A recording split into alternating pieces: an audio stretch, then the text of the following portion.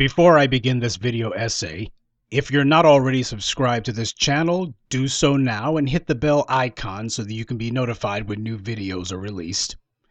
Also, if you're already subscribed, check and make sure that YouTube hasn't unsubscribed you. Also, be sure to hit the like button. The white supremacists hate that.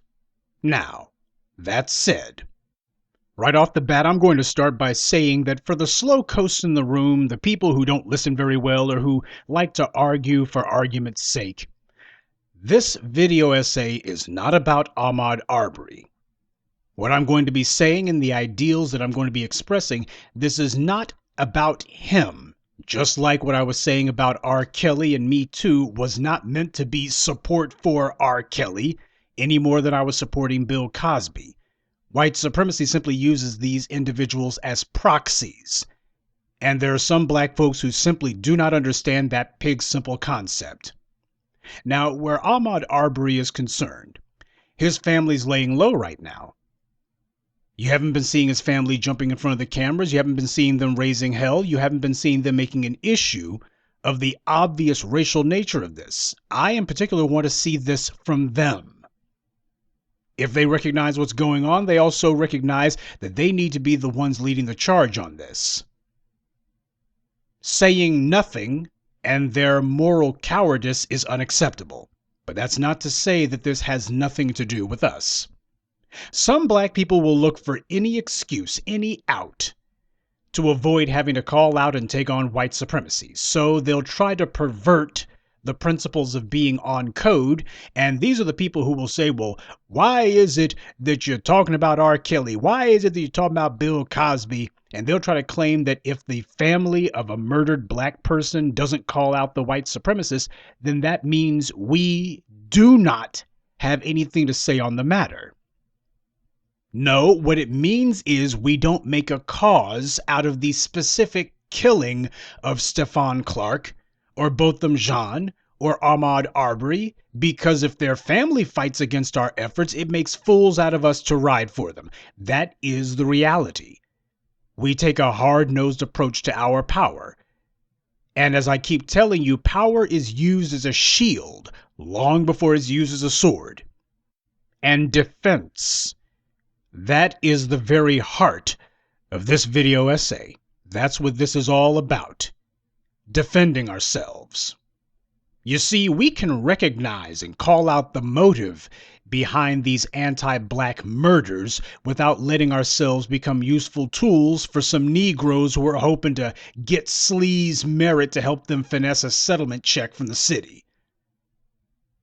We don't play dumb with the white supremacists or with any self-interested Negroes who look at their dead family members as being nothing more than a quick and dirty come-up for themselves.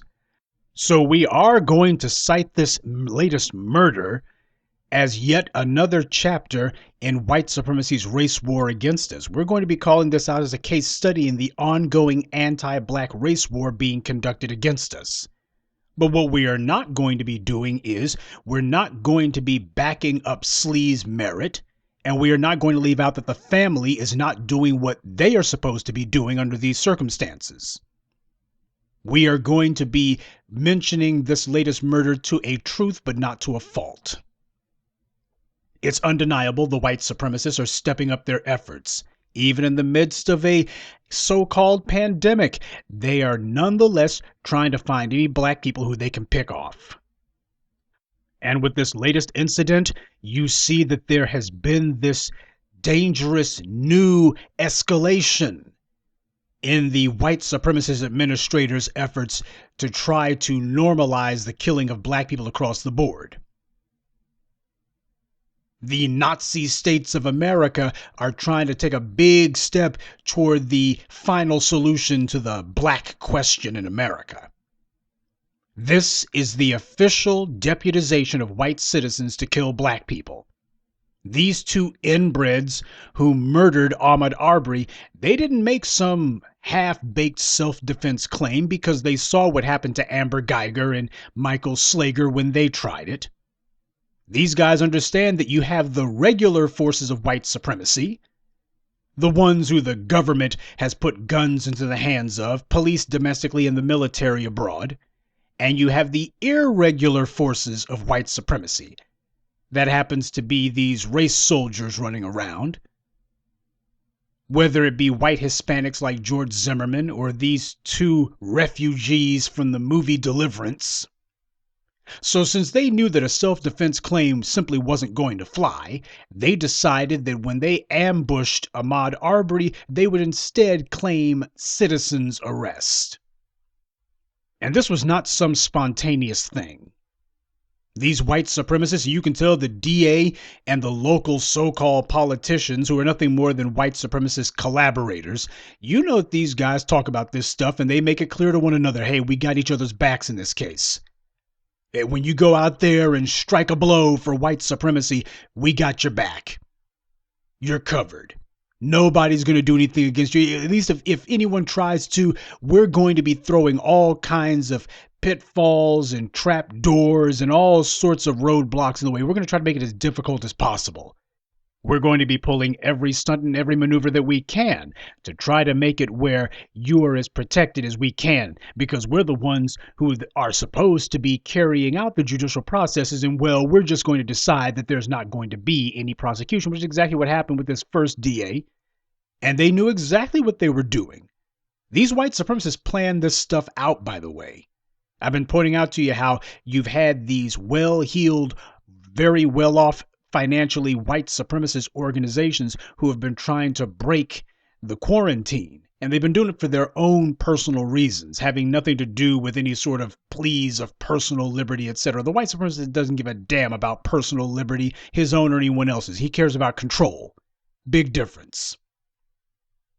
But the same way that these guys have been setting up little incidents for the sake of either getting some white media attention or in some half-baked attempt to try to lay the groundwork for some sort of lawsuit, as they're trying in Michigan, these guys, they do this stuff deliberately. It's just like with those anti-affirmative action lawsuits. And by the way, the same thing goes with the LGBT community. These guys that look around for individuals or situations that they think that they can use in a court of law where they can, something that will help them weaponize the law in order to forward their agenda. And the same thing goes here. When Dylan Roof carried out his massacre, you had the judge presiding over the case. He was the one saying that the real victims were Dylan Roof's family.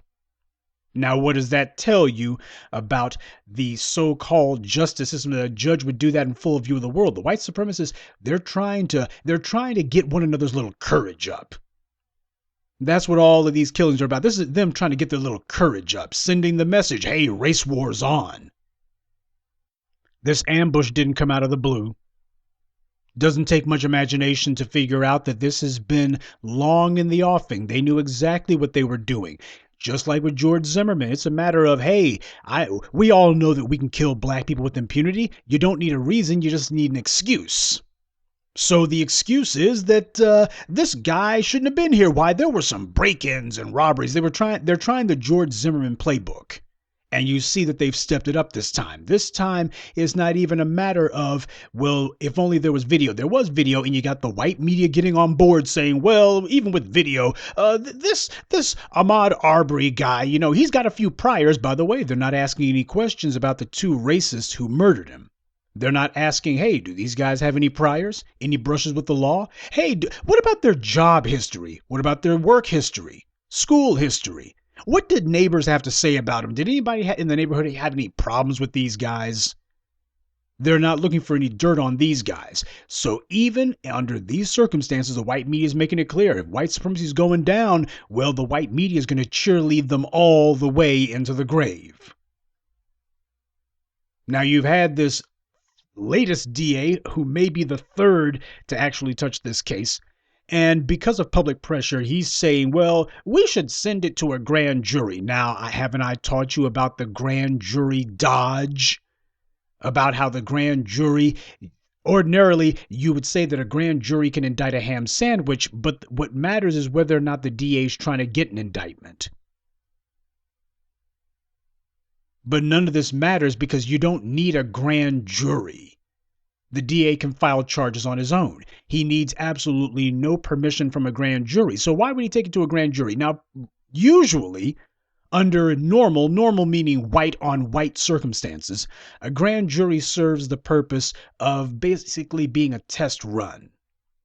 If a prosecutor can't get it past a grand jury, then as far as he's concerned, well, it wouldn't make muster in a courtroom anyway. So it's a trial run just to see, can we get some people to think that this guy might be guilty? It's a trial run. But a grand jury also serves another purpose where black people are concerned with in these prosecutors' clutches. The grand jury is used to bury an indictment. Why, you can't ask me to indict Daniel Pantaleo. Why, a grand jury said, Darren Wilson. The grand jury is secret, by the way, because of how important their job is. Well, if the grand jury's job is important simply because they say whether or not someone should be indicted, why is it then that you don't have it where it's a secret what the actual jury does? Why is it then that a standard trial jury's proceedings are not some sort of star chamber where you don't know who they are, where they come from, or who voted what? You can do a jury poll at the end of a criminal trial. You can ask that the jurors have to announce how they ruled, what verdict they issued in deliberation. But the grand jury is kept secret, and the reason for that happens to be this is part of how the white supremacists who set up the injustice system wanted it to be structured so as to help them. Oh, well, we need to keep up the illusion that there's something resembling legitimacy to this supremacist con game, this quasi-judicial fraud calling itself a justice system. So how do we do that? Well, when it comes time to bury the charges and comes time to do some clearly illegal or unethical or immoral stuff, we need to make it where those things are secret. See, when it comes to the trial itself, you have to have the person give their day in court, which means they and their counsel get to see everything that's being done against them. So we have to set up something where, defense counsel's not allowed to be there, and the rules are very different here, and, you can't tell if the DA was throwing the case or not because the proceedings are secret. No one's allowed to talk about it. Couldn't be more obvious. Grand jury is where the DA either pulls some underhanded stuff to get an indictment where he ordinarily could not, or, as we see with the cases of these white supremacists who kill black people, is where the DA tries to bury the case. They know full well that there's no need for that, but the thing is, this happens to be these prosecutors putting in their bid. That they're announcing to the world, yes, we're getting on code with this. You kill a black person, we're trying to establish that there's not going to be any sort of legal penalty for that. We're making it very clear that, we're digging in our heels. You may force us to have to go through the motions of a prosecution, but we're making it clear to everybody we don't want to be here, and this is not something that we're in favor of, and we'll be working to undermine it every step of the way. That's what's happening here. When's the last time you heard of any prosecutor needing a grand jury to indict a black man? When the accused is black, they don't need a grand jury. Now, this is a good time to ask, where are all of the allies at? The Democrats are running around with their much ballyhooed anti-lynching bill, which had everything to do with LGBTism. It had to do with coming up with a rationale to go after black people if some white supremacist claims, I'm LGBT and you did something to me and that's lynching, and okay, now we got a legal basis. That's what that was about. What happened to Ahmaud Arbery is a textbook example of a lynching, but you wouldn't know looking at the politicians in Washington. The congressional black talkers, they're being real silent right now. They ain't saying nothing. Nobody demanding that we are going to hold up all proceedings in Washington until you get Mike Barr to at least go through the motions of going after these two inbreds. Nobody doing that at all. And you don't have the white media making a cause celeb out of it either. Where are all of the white liberal allies at, huh? Where are they at? Hey, where's that black-brown alliance at? All of you swirlers and all of you Zaddy worshipers and Becky fetishers out there, just out of curiosity, where your white allies at? Where are the white politicians who are going to promise to put these white supremacists in prison? See, when that racist DA Kevin Steele in Pennsylvania went after Bill Cosby, he didn't talk in vague terms like the governor of Georgia is, with this meaningless chatter about searching for justice and we take this very seriously. He said, vote for me and I'll put that nigger in jail. That's what Kevin Steele said. He wasn't talking in any vagaries or generalities or speaking some sort of mealy-mouthed mush about vague talk about justice and diligence. He said, you're voting for me for one purpose and one purpose only. Put Bill Cosby in prison. He was speaking without any doubt whatsoever. He was a one-issue candidate. I'm here to make sure that we put a nigger's head on our trophy wall. So where are the white allies at? Hey, Joe Biden, he's so concerned about black people, but he ain't too concerned because he really hasn't had much to say about this. He's definitely not making any sort of campaign promises about what punishments old Joe is going to bring to bear. See, when Joe was in the Senate, he spent an entire career, decades of his life, deciding to weaponize the law against black people. He co-signed the 1986 Anti-Drug Abuse Act. That was the law that put the 100-to-1 sentencing disparity between rock cocaine and powder cocaine on the books. Joe Biden co-signed that legislation. He wasn't the author of it, but he damn sure helped to get it into law, and he couldn't help push it fast enough and hard enough. And of course, we can't possibly forget that Joe Biden was the author of the '94 crime bill, or as he called it, Biden's Law. So when Joe Biden was a senator, he had all kinds of ideas about laws he wanted on the books to be weaponized against black people. So here you have some white supremacists who murder a black person, and all of a sudden Joe Biden, he has no legislative proposals. He's got no ideas. He doesn't have any legislation that he says needs to be passed. He doesn't have anything to say. He's absolutely tapped out for ideas.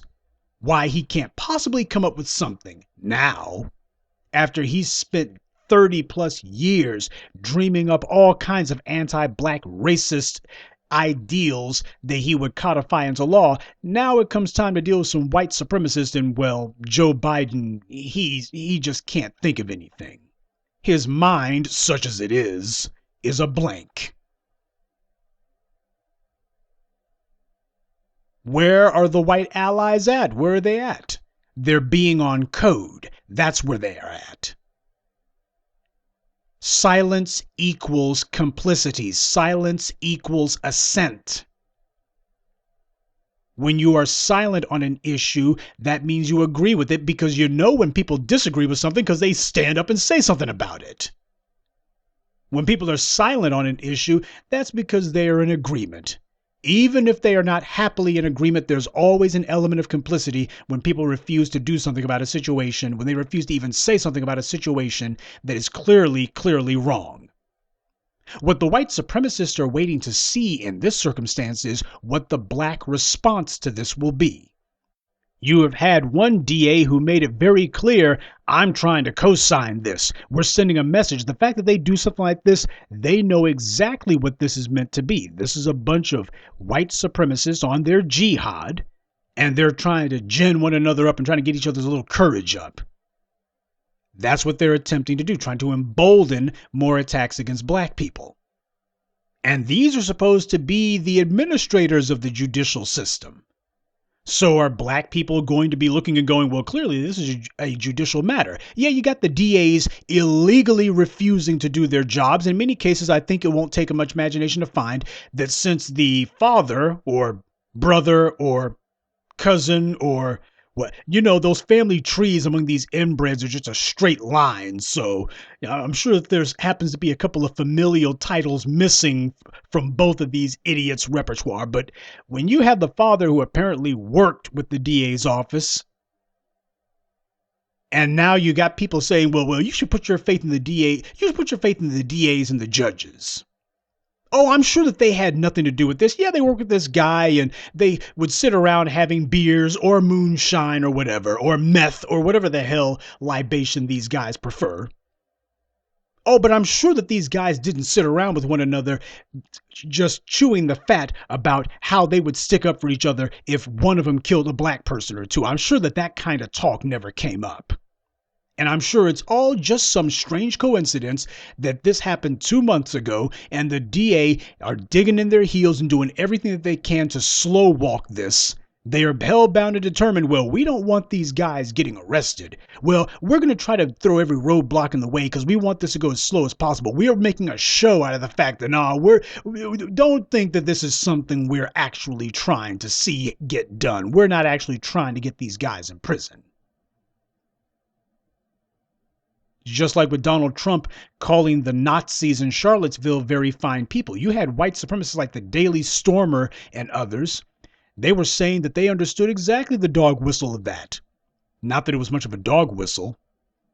They understood full well that when Donald Trump was refusing to denounce them, when the media was telling, aren't you going to repudiate these guys? Aren't you going to condemn them and condemn their actions? The fact that Donald Trump refused to, they said, yep, he's on our side. Yep, he's sticking up for us. They understood exactly what it was. Donald Trump's silence, or rather his refusal to actually condemn them, they understood, yeah, this is his support for us. We get it. That's exactly what he's doing. The white supremacists understand that the murder of Ahmaud Arbery, they understood this is not a judicial matter. This is an anti-black race war matter. They understand that. The DAs and judges could not be more clear that they're on the side of the white supremacists. Hell, they work with these scumbags. I've asked my people for over a decade now, what is the price for killing black people? It's a legitimate question, and it's a necessary question. You cannot stop the next anti-black ambush until you first ask why the last one happened. You got to do some examination.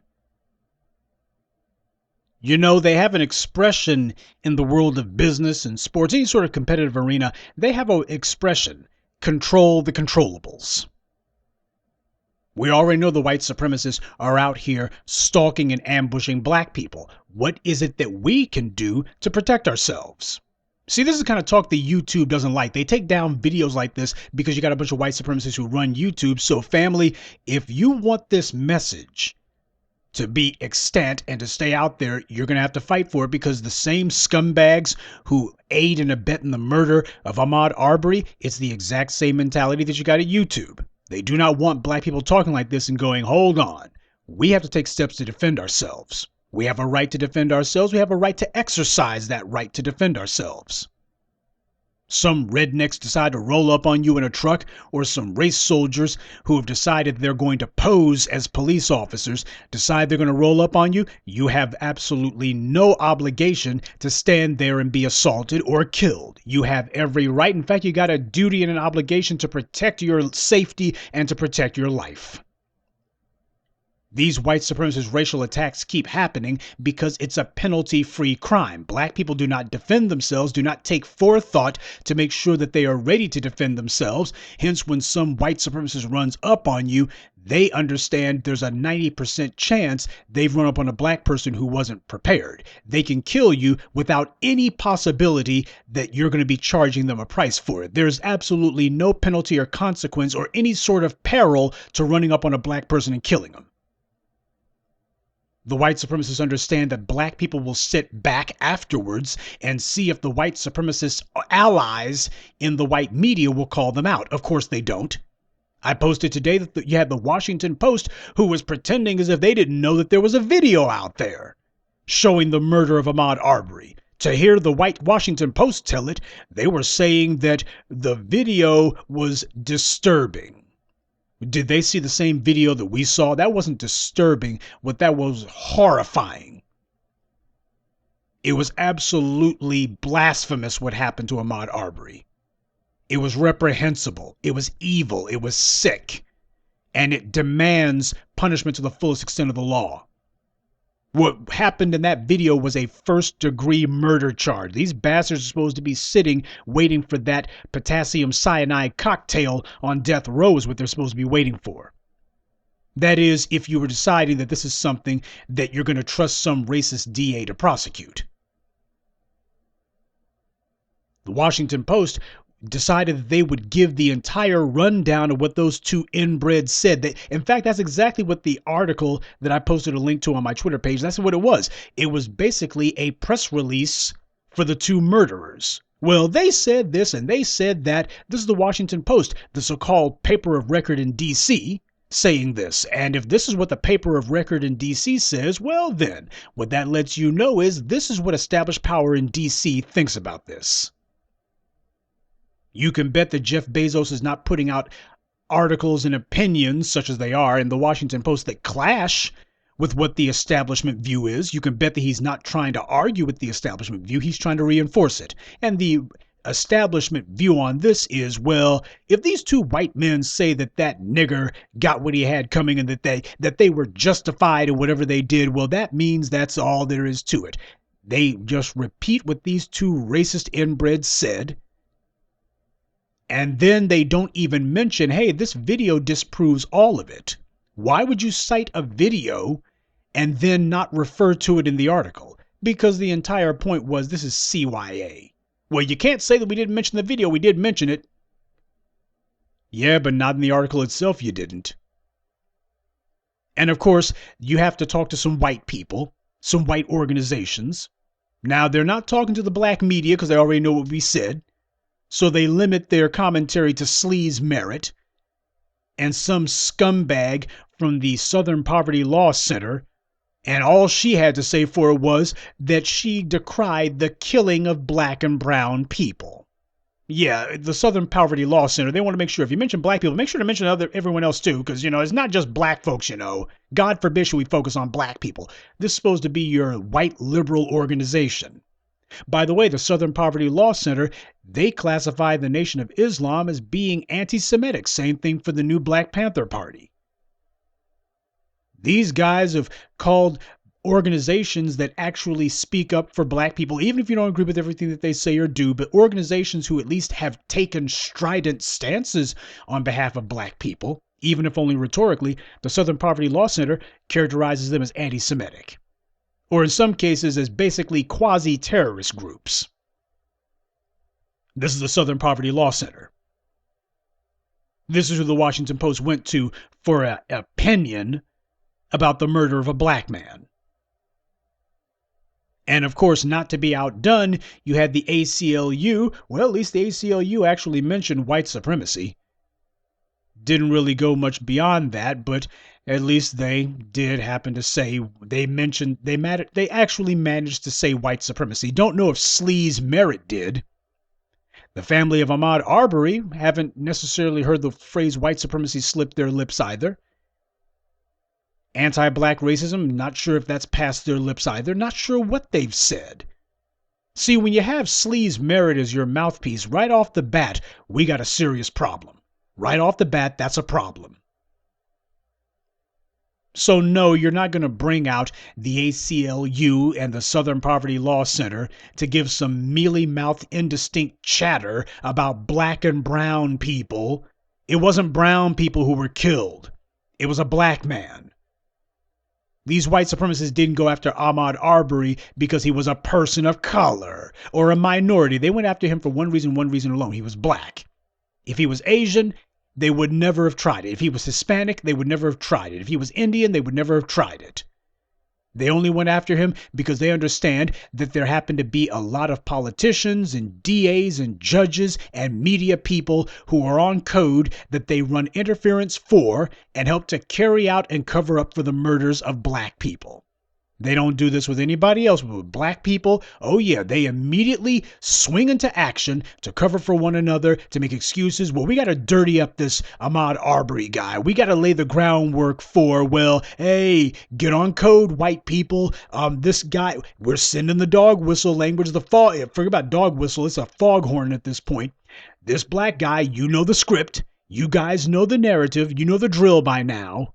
Hey, he was a bad guy. He had some priors, and what was he doing in that neighborhood? And there had been some talk about break-ins, And, well, you really want to hear what these two killers had to say. You really want to hear that. They understand exactly what it is that they're doing. This country has had 500 years of white people being on code that when a black person is killed, well, no crime happened here. 500 years of that. And you had judges, Supreme Court justices, and politicians who have been the main ones pushing that line. So that's what the Washington Post is doing. They're trying to amplify that. Black people have been playing the game of self-defense by white supremacy's rules. You do that, white supremacy will always win. You need to play the game of self-defense by your rules. You can't wait to see if the white supremacist family and friends in the dominant society will discover religion. They won't. You can't wait to see if their white supremacist allies in government are going to punish them. They've already shown you they're not going to. You can't sit back and hope that the white media is going to condemn them and make a cause out of keeping them in the public eye as an injustice that must be rectified, because they're not. The white media has already shown you what they're going to do. The white politicians and the DAs and judicial activists is what they are. These white supremacist operatives in the judiciary, they've already shown you what they're going to do. They brag about it. The judge in the Dylann Roof case, he wasn't alone. He's sitting there telling you the only victims here are Dylann Roof's family. Well, the only way to make these racist animals back off is to back them off. Nobody else is going to do it for you. Some years back, I posted a video that was so powerful, so important, that the white supremacist trash who run YouTube, they decided that they were going to take down the entire channel because I posted what the answer to black self-defense is, and to embolden black people to defend themselves. First of all, the Second Amendment applies to black people as well. And even if there was a law that said, well, except for black people, hell, I'd still look and go, well, you know what? I can't read. You have a right to exercise your Second Amendment right, because it's meant to make sure that you don't have some white supremacists either under color of law or because they think that they caught you slipping on some back road next to their moonshine still decide to ambush you. You have the right to defend yourself. And you have the right to have the implements of that self-defense. You have a legal right and a moral right to do so. Now, beyond that, black people as a group need to also understand that a large part of what makes some black people hesitate, and a lot of black people are on this kick about, well, you know, what about afterwards? Let me tell you something. When it comes to your life, you don't sit there hesitating because what would I do if? I posted the idea that as black people, we need to be ready with a black legal defense fund. Now, some people might poo-poo that idea, but you know what? YouTube took it seriously. I pointed out that the NRA, they post ads on YouTube showing some white man with a gun. They never show a black man, by the way. They never show a black person who's taking action against some white supremacists and say, hey, if you got some white supremacists like George Zimmerman or these two inbreds in Georgia who run up on you, you know, how many times has a black person been murdered with impunity and the cops arrest the black person for protecting their own life, for defending themselves? They don't do that. They only show that with white people because the NRA is obviously a right-wing organization. They're a white supremacist group. Nazi redneck Aryans, that's what it stands for. Philando Castile was murdered. He had a gun permit, and the NRA did not go jihad for him. They didn't point out, hey, this is exactly what the Constitution was meant to protect, and this man's constitutional rights were violated, and we're going to the mat for him. As far as they were concerned, they had nothing to say about that. So what does that tell you about the NRA? And yet YouTube has no problem with the NRA posting videos showing white men exercising their Second Amendment right. Except the thing is, the NRA's ads are not about Second Amendment rights per se. It's about, well, you kill somebody, you shouldn't go to jail for that. And we want to make sure that there's a legal defense to make certain that your rights are stood up for. You should not have to fear going to jail just because you defend yourself. Well, black people should not have to fear going to jail because they defend themselves. Black people should be ready at all times to defend their safety and their lives, no matter who's trying to harm you. Defend yourself. That's first. Next, that black person must declare that any attempts to incarcerate them for exercising their right to self-defense and protecting themselves from assault or from being killed is a white supremacist, anti-black racist attack. Identify exactly what it was that happened. By doing so, you declare that you recognize the racial assault we're being subjected to, and you are appropriately calling black people to get on code. Now, if you show that you're on code, now you got something going. But keep in mind, you're not going to be hanging back in the cut. And what's going to happen is, well, there's going to be some conscientious black folks who are going to stand up for you. No, no, and hell no. It don't work like that. And I know that there are a number of you who are going to say, well, there are a lot of black people, especially black men, who have defended themselves from white supremacist racist attacks. And the police decided to arrest them, and the DAs, without a need for a grand jury, by the way, had no problem indicting them. And these guys either wound up being financially ruined defending themselves in court, or what happened was they wound up going to prison for something that wasn't even a crime. I understand that. And here's what you need to understand. When it comes to making sure that black people's right to self-defense is firmly established, understand that we're going to have to do a lot of work. It's not going to be an uninterrupted success story. It's going to be hard in the beginning. There are going to be setbacks and even a few losses, because that's what happens when you're playing the long game. Firmly establishing the black right to self-defense, let me go ahead and take the suspense out of it for you. It's not going to be successful the first time. It's not going to be successful the third, fourth, or fifth time. It may be successful the seventh or eighth time. It will be successful the ninth, 10th, or 11th time. See, that's what the lesson is of all the work to highlight these white supremacist police who were murdering black people. Okay, you had the Darren Wilsons and the Daniel Pantaleos, but before long, you had Michael Slager and Jason Van Dyke and Amber Geigers and a few others, by the way, who may not have gotten as much ink as those bastards did. But what happened was things started changing. Yes, you were not winning in the beginning, but in time we began to win. This is the reason why people like Richard Spencer, why they're on a constant jihad, they're looking and going, what's the trend at? Where's the trend going? When they see black people standing up and speaking for themselves and making it clear, we're not going to be sitting back and hoping that the same white supremacists who attacked us are also going to prosecute each other. When black people make it clear we are ready to defend ourselves, then the white supremacists look and go, okay, we better go find a soft target, because black folks are getting these guys, they're starting to show those claws and fangs, and we don't want none of that. That's how you back them up off of you. Show the severity of your intent. The problem with black people is we're not focused on that. We're not organized around that principle. Now, I'm not saying that you need to have 100 men with guns, but what I am saying is that you need to be ready to protect yourself first, and you need to have black people as a group who are organized and around that principle. That way, you're not in a situation where you have two white supremacists who think that they're going to be ambushing you. You got to be ready. There's no substitute for that. When you've talked to your family and neighbors and you know, not think, but know that you got people around you who understand, hey, you can't be counting on people to be coming to the rescue, because we can't have eyes everywhere. So everyone's going to have to be ready. And that you're ready and waiting to ride for one another when you can. Hey, if you got to defend yourself, you are going to have a community that understands the moment you say, I was the victim of a white supremacist race attack, these guys tried to ambush me and I had no choice but to defend myself. Now the community knows, okay, he said the words, he's on code. Now the community is emboldened. Now we understand this is somebody who we need to be championing this guy by name, not simply in the abstract or pointing to it as a case study, but by name. Because there is a principle at stake here.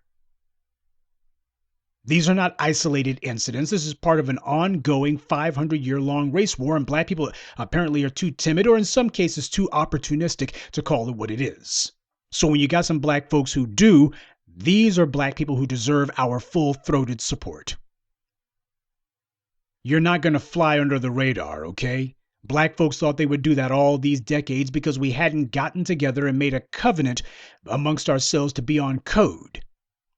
That this is what we're going to do to preserve ourselves, to defend ourselves.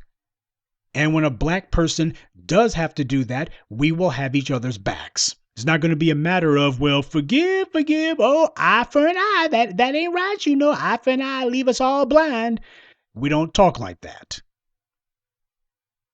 Somebody has been ambushed by one of these white supremacist would-be killers, and this black person preserves their life, they defend themselves, we're not going to reprimand him for that. In fact, we're going to be looking and going, well, this white supremacist got what he had coming.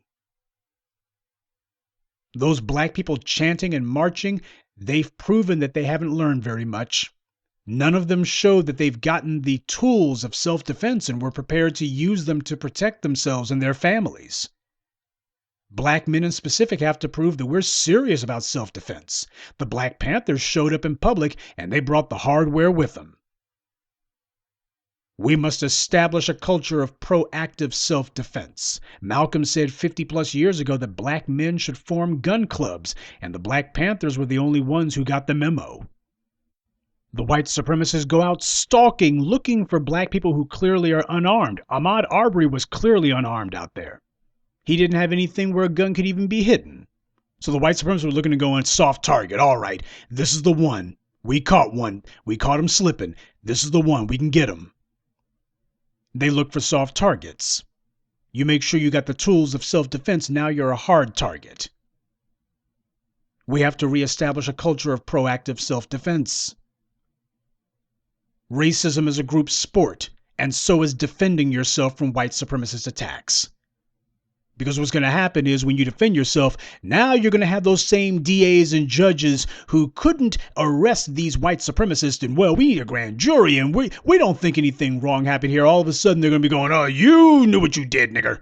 All of a sudden they're going to be coming with that garbage. That's where the people come in. That's where the community comes in. That's where it's understood that black people are going to have to help reinforce and to support a newly reinvigorated culture of black self-defense.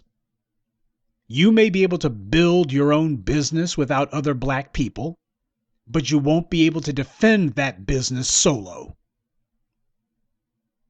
I say that simply because for the slow coasts out there who ask, well, what if you ain't got any black folks to build with? Hey, you can do business with whoever you want to stack your gold bars up. Just understand, though, you want to be careful about where you're doing it, because a lot of those people who you have been doing business with, they might decide that a black person with some financial means is something they don't like. And that being the case, you're not going to be able to go to the dominant society or any of these non-black allies to defend your business or yourself. You're going to need some folk who are closer to home. You're not going to be able to depend on a bunch of strangers. You're going to need family. Black people are constantly making excuses for why they can't find anyone to build with, and the do-nothing Negroes hoping someone else is going to take responsibility for feeding and defending them. They're also going to claim not to be able to find other black people who have some hardware and understand the need to have an organized defense. Stay ready, that way you ain't got to get ready. The time to make sure that you've got black folks who recognize where it's at and what it's got to be is not after you've defended yourself, it's beforehand. The time to be talking to other black people and making it clear, hey, who is on code and who isn't. The time to be having those conversations is beforehand, not after. The white supremacists didn't seize the DA's offices in the legislatures. They've been the ones running those places from day one. And so when either the regular forces of white supremacy or these irregular forces like these two inbreds, whenever they run up on us, they know they can depend on their buddies in the DA's offices. And they know that black people will then stand around acting helpless. And at most they'll march and sing. And that's going to be about it. Now, white supremacists went to the capital of Michigan and they marched into the State House carrying assault rifles. The so-called police there did absolutely nothing about it. They just stood there like so many scarecrows. Now, the question that came up from a lot of people's mouths is, what if those were black men? Well, in the case of the Black Panther Party, it was black men. And they marched with their hardware too. And the cops, they didn't do anything because even though they knew under law, those things are supposed to be empty, right? Well, it's my right to have a gun. And as far as what's in it, that's my right to know. And you don't need to worry about it because the Second Amendment doesn't mean that I have to explain myself to you. So what happened was we had some black men who did what these white supremacists did, which is exercise their Second Amendment rights. Oh, you have open carry? Well, that means everybody's open carrying then. Oh, that's supposed to be for white people. Oh, forget about it. In that case, then I can't read that part of the law. I'm illiterate when it comes to you trying to give special dispensation to white supremacists. I'm illiterate then. I can't read. See, black men were marching on these city halls and state legislatures and even police precincts in some cases, demonstrating long before these white supremacists did. Our problem is it's been almost 50 years since black men showed that they are willing to defend themselves and they're not going to be asking permission to do so. We have not shown strength in the face of white supremacy in far too long.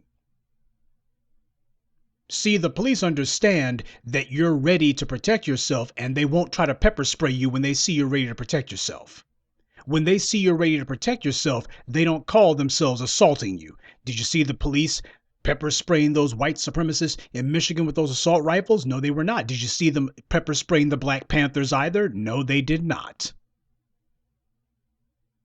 They don't call themselves deciding that they're going to assault you or even confront you. See, these white supremacists who have gotten their way in law enforcement and the courts and such, they're always looking for soft targets. And most black people think that if they present themselves as defenseless, why, I'm no threat, I'm no threat. You just put a bullseye on yourself. As a black person, you want the white supremacists to look at you and see maximum threat, because those are the ones they don't mess with. They go after the ones who they know are not able at that moment to defend themselves, who do not have the implements of self-defense. They understand that. Defenseless black people are the ones who they go after.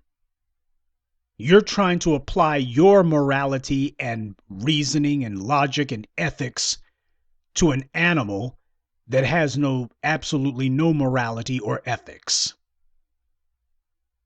You need to be prepared to defend yourself because you have a white supremacist jihad going on where they are prepared to come after you anytime that they think that they can. This is the time for strength, not meekness. The white supremacists are cowards, but they also know black people are desperately trying not to have to actually confront white supremacy. You're not going to be doing that. That's not going to happen here. Evading white supremacy is not an option. The white supremacists are waging open war. They write the laws so as to codify attacking us. They put their heads together to decide, hey guys, let's remind one another of what we're going to do the next time that we catch some black person who we can kill. And then they have these white supremacists either on the streets and many of them in law enforcement who carry out the ambushes against us. We don't seem to want to own up to an organized offense being carried out against us when it clearly is. I'm calling out what is happening, but to be bluntly honest, I'm not writing for Ahmaud Arbery in specific, because I'm not sure if what happened to him was necessarily racial. His family hasn't said that it was. Sleaze Merritt's representing the family, and that's 3 red flags right there.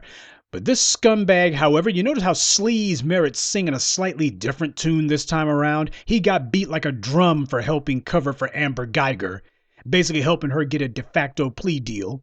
And this time he managed to put out a written statement where he said one measly vague sentence about race, and then he hasn't said a word about it since. So Sleaze Merritt understands that garbage he did last time, all he did was he spotlit himself as being an enemy of black empowerment. He understands that. So now he's trying to give a little bit of lip service to it. That way he can say, oh, I said it, I did say it. That's what he's trying, but he's not fooling anyone. But family, do not do what the survivors of Ahmaud Arbery did. Hanging back, way back, not saying anything, no way.